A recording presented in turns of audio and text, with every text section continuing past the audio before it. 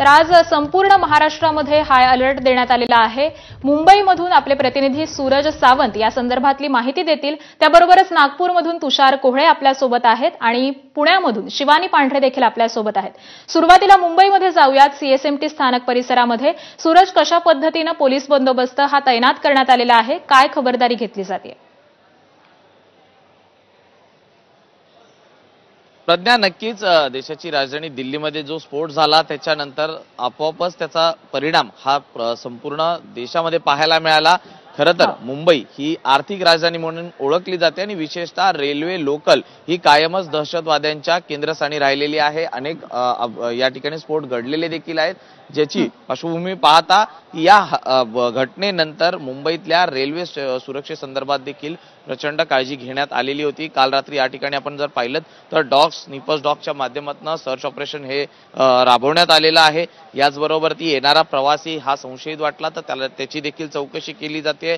प्रत्येक जे entry exit points आहेत सीएसएमटी परिसरातले, या ठिकाणी देखील पोलीस बंदोबस्त हा ठेवण्यात आलेला आहे।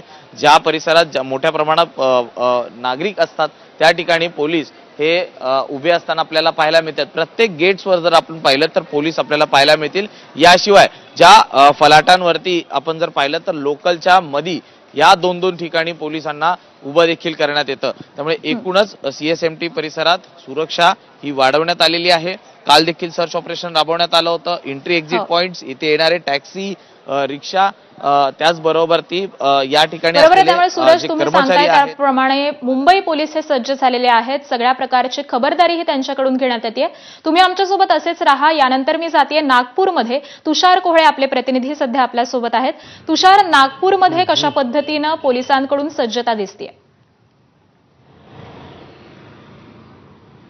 निश्चित जर का आपण बघितलं तर संघ मुख्यालय परिसरातील विशेष करून सुरक्षेमध्ये वाढ करण्यात आल्याचं आपल्याला पाहायला मिळत आहे। संघ मुख्यालयाच्या आतमध्ये बडकत चौकातून जाणारा हा जो केशव टी पॉइंट आहे, इथे आपण बघू शकतो कशा प्रकारे पोलीस ची सिक्युरिटी चोख असल्याचं दिसून येत आहे। बंदूकधारी पोलीस इथे तैनात आलेले आहे आणि जे वाहनं येतात किंवा जातात त्यांची कसून चौकशी देखील केली जात आहे।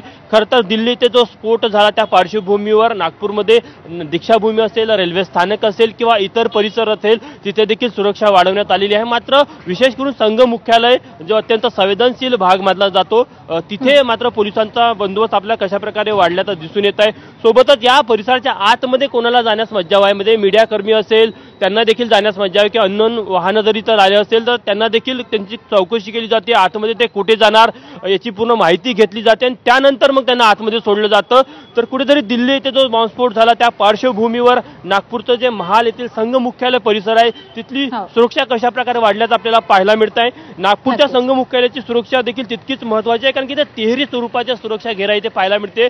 जो आतमधला पहिला घेरा आहे तो सीआयएसएफ कडे आहे, त्यानंतरचा दुसरा सुरक्षेचा घेरा आहे तो एसआरपीएफ कडे आहे आणि बाहेरचा सुरक्षेचा घेरा आहे तो नागपूर शहर पोलिसांकडे आहे। अशा तिहेरी स्तरावरची सुरक्षा नागपूरमध्ये संघ मुख्यालय परिसरामध्ये नेहमी असते। मात्र दिल्ली येथे जो स्फोट झाला त्या पार्श्वभूमीवर संघ मुख्यालयाच्या सुरक्षेमध्ये मोठी वाढ केल्याचं आपल्याला पाहायला मिळत आहे।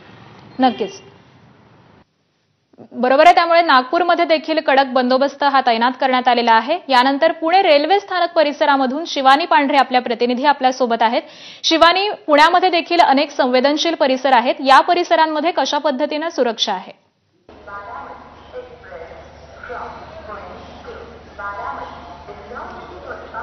स्फोटानंतर रात्रीच पुण्यातल्या रेल्वे स्टेशनवर आहे ती सुरक्षा वाढवण्यात आली आहे। जीआरपी असू दे, बीडीडीएस असू दे किंवा पुणे पोलीस हे संयुक्त एकत्र येऊन या पुणे स्टेशनची आहे ती पाहणी करतायत। प्रत्येक बॅग चेक केली जाते आहेत, ज्वलनशील पदार्थ आहे का किंवा वेगवेगळे इलेक्ट्रॉनिक पदार्थ आहेत का हे सगळं चेक केलं जातं। आणि महत्त्वाचं म्हणजे आपण जर बघितलं तर पुणे स्टेशनवरून हजारो नागरिक आहे, हजारो प्रवासी आहेत, ते रोज प्रवास करत असतात आणि घातपाताचा जो संशय असेल तर तो अशा ठिकाणी असतो जिथे गर्दी होत असते।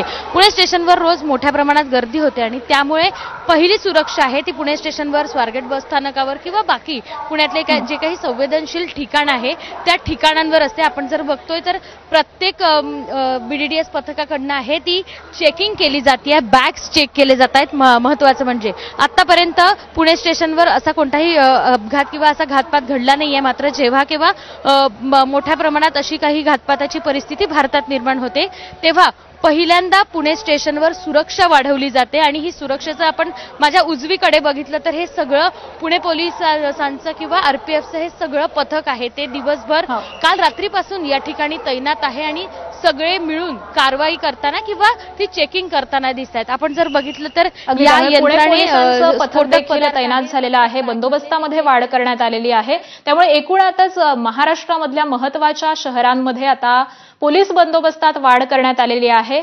सगळ्यांनी सतर्क राहावं असं आवाहन देखील करण्यात येत आहे. धन्यवाद सूरज, तुषार आणि शिवानी या अपडेटसाठी. आणि यानंतर बुलेटिनमध्ये एक छोटासा